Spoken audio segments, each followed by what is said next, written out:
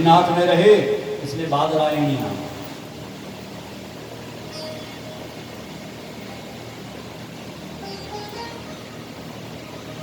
बद्रीनाथ में सरस्वती नदी के तट पर आश्रम है सम्याप्रास नाम का। संसार के प्राणियों को देखा दुखी, तो उन कलुषित प्राणियों को देख करके मन में अशांति हो गई व्यास जी की कि इनके लिए मैं क्या करूं ऐसा जो सबका कल्याण हो जाए। तो एक वेद से 4 वेद बनाए। पहले वेद एक ही था, तो इन्होंने एक के 4 बनाए, ऋग यजुर साम अथर्व। उपवेद भी बनाए। जब ये वेद किसी की समझ में नहीं आए, कठिन लगे, तो पंचमो वेद उच्यते, बोले वेद से ही महाभारत ग्रंथ बना दिया, जिसको 5वां वेद कहते हैं। फिर भी संतुष्ट नहीं हुए, तो 17 पुराण लिखे।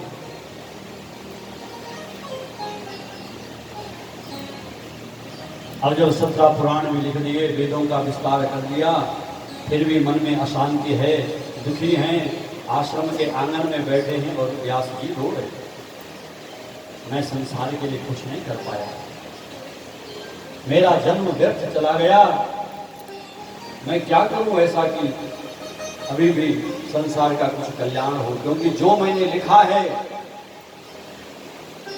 उन पर कोई ध्यान नहीं देता है। उदास थे तो नारद जी आए। नारद जी पहुंच गए, नारद जी को देखा तो व्यास जी ने प्रणाम किया।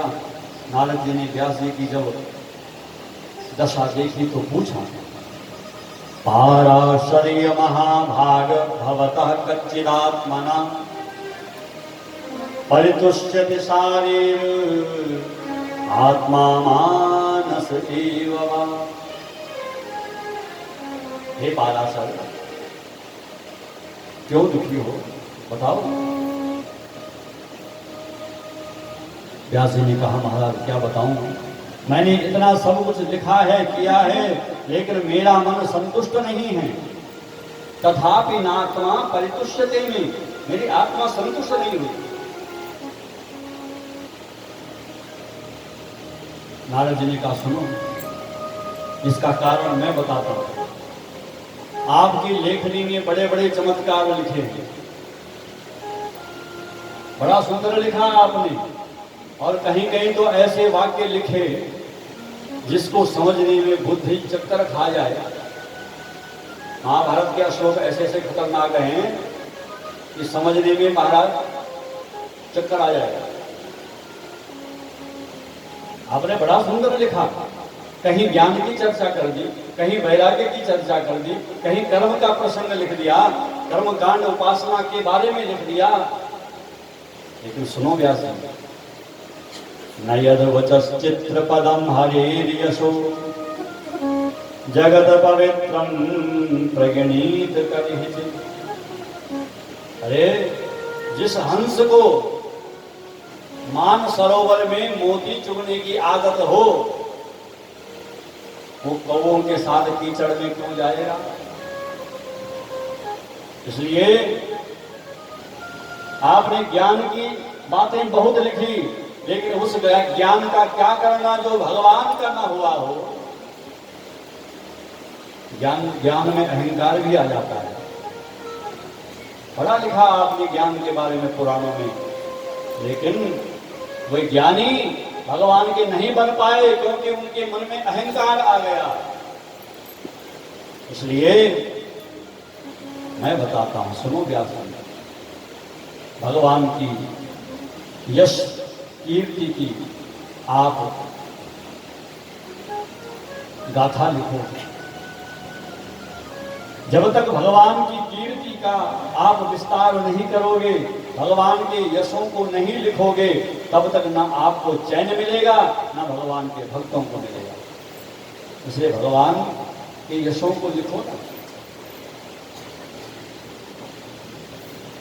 और सुनो व्यास जी, नाम की चर्चा लिखो, भगवान के नाम के बारे में लिखो। ये जो नारद आपके सामने खड़ा है, ये उस नाम के प्रभाव से खड़ा है। अपनी कथा सुनाई, व्यास जी मैं पूर्व जन्म में दासी का बेटा था, गरीब थे हम। मेरी माँ संतों के आश्रमों में सेवा किया करती थी, मैं भी माँ के संग जाया करता था, संतों की सेवा करता था। चातुर्मास आया, संतों की भारी भीड़ वहां आई, खूब सत्संग हुआ।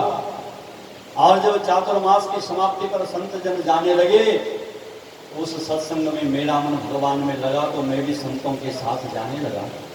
संतों ने कहा बेटा तुम अभी छोटे हो, अपनी माँ के साथ रहो, जब बड़े हो जाओगे तब चलना, तब भजना भगवान का नाम, अभी नहीं। मैं जब जाने लगा तो मेरी माँ मुझे पकड़ती है। माँ सोचती है कि यह तो मेरा एक सहारा है और ये चला जाएगा तो मैं किसके साथ रहूँ। संतों ने जाते समय मुझे एक मंत्र दिया कि बेटा हम तुम्हें मंत्र देते हैं, इसका जप करना, अवश्य ही तुम पर भगवान की कृपा हो। संतों ने मंत्र दिया मुझे, नारद जी कह रहे हैं अपनी कथा व्यास, और मैं उस मंत्र को जपने लगा, वासुदेव गायत्री मंत्र। नमो भगवते तुभ्यं वासुदेवाय धीमहि प्रद्युम्नाय निरुद्धाय नमः संकर्षणाय च। ये वासुदेव गायत्री मंत्र है, यहीं से द्वादशाक्षर निकला, ओम नमो भगवते वासुदेव। ये मंत्र दिया, मैं उस मंत्र को जपने बैठता तो मेरी माँ मुझे उठा करके और ले जाती घर में। माँ को डर लगने लगा कि कहीं मेरा बेटा भी सन्यासी न बन जाए, हरिद्वार ऋषिकेश न बैठ जाए मुझे छोड़ करके, इसलिए जैसे मैं नाम जपने लगता तो मुझे उठा कर ले जाता। नाम जप में बाधा बन गई माँ।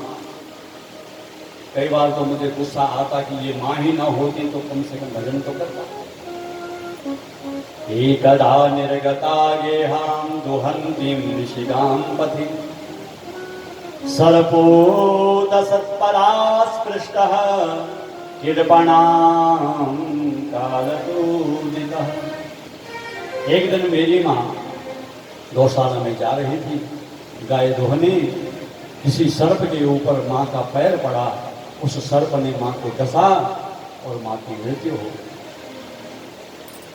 व्यास जी मैं बहुत रोया माँ की मृत्यु होने पर, लेकिन दूसरा मन ये भी कह रहा था कि चलो माँ तो चली गई, कम से कम अब भजन तो होगा। माँ की अंत्येष्टि की और एक नदी के किनारे वृक्ष के नीचे बैठ करके मैंने वह मंत्र जपा, ओम नमो भगवते वासुदेवाय।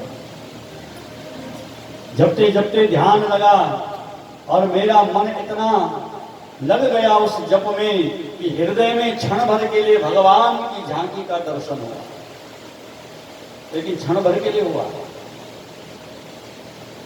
जैसे वह झांकी हटी मन से तो मैं छटपटाया, नेत्र खोले तो सामने कुछ भी नहीं था। फिर ध्यान लगाया, लेकिन फिर मुझे उस झांकी का दर्शन नहीं हुआ।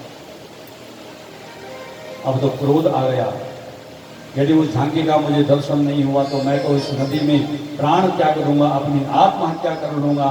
उस समय आकाशवाणी हुई, हे पुत्र इस जन्म में अब तुम्हें दर्शन नहीं हो सकते, लेकिन अगला जन्म जब धारण करोगे तब तुम्हें भगवान के दर्शन अवश्य होंगे। प्रतीक्षा की मैंने और दूसरा जन्म मुझे मिला। दासी का बेटा था, लेकिन दूसरे जन्म में नाम के प्रभाव से मैं ब्रह्मा का बेटा बन गया। देखो प्रमोशन। दासी के बेटे से ब्रह्मा का बेटा बन गया और मैं सामने खड़ा हूं ब्रह्मा का बेटा। हे व्यास जी, जब नाम का प्रभाव ये हो सकता है तो संसार का कल्याण क्यों नहीं हो सकता है? लिखो भगवान के नाम के बारे में, भगवान की यशोगाथा लिखो। व्यास जी ने कहा मेरे मन में तो कोई भी मंत्र नहीं आ रहा, आप ही बताओ। तो 4 मंत्र सुनाए नारद जी ने व्यास जी को, चतुश्लोकी भागवत। और नारद जी के कहने पर व्यास जी ने उन्हीं 4 श्लोकों का विस्तार किया। व्यास गुफा जो आज भी है बद्रीनाथ में, वहां पर बैठ करके और व्यास जी कहते गए और गणेश जी लिखते गए। 4 श्लोकों से 18,000 श्लोक बना करके 335 अध्याय, 12 स्कंद, 18,000 श्लोकों का दिव्य भागवत महापुराण बनकर तैयार हो गया। बोलिए भागवत भगवान की जय, बद्री विशाल भगवान की जय। अब भागवत तो तैयार हो गई, लेकिन सुनाएगा कौन?